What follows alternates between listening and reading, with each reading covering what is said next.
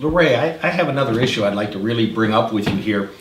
We get a lot of calls from teachers that would say, I just wish I could be honest about my faith while they're teaching in the public school, and others who say, well, I know public schools are a God-free zone, or something to the effect that, well, separation of church and state, that means I have to stuff my faith. Is that what the Constitution really means? Absolutely not. And in fact, I always tell somebody when they ask me those kinds of questions, you do not give up your constitutional rights at the schoolhouse door. Yes, there is a limited forum that has been created in schools because of Supreme Court decisions. But you do have the constitutional right, first of all, if a child asks you about your faith, or a child asks you your opinion on something, that in responding to it you would be sharing your beliefs, you're able to do that. Fantastic. So you're saying a teacher doesn't lose freedom of speech, because even though they're a government representative, they can actually share the truth from their heart. They can, but they cannot proselytize. Okay. And that's critical, and they should always do it with caution.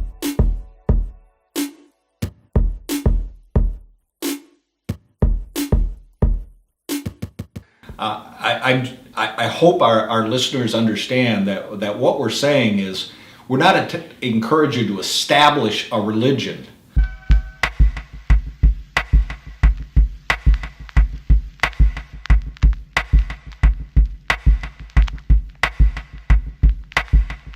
In the public school, if you want to teach in a Christian classroom, you need to be at a Christian school, which is a viable ministry. Correct.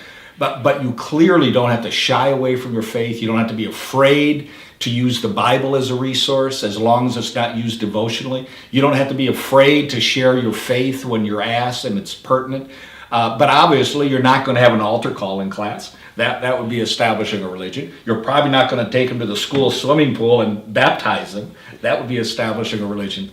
But you can be honest about your faith. Well, and it's important that if you have a question or are in doubt about what you can do, to call Christian Educators Association International and ask. Because if we don't know the answer, we work with enough legal ministries that do have those answers that we can get them the resources they need. That's really, really good, LaRae. In fact, you can actually go to our website and go to the Resource Center, and there's a section in there with legal documents that could really be helpful.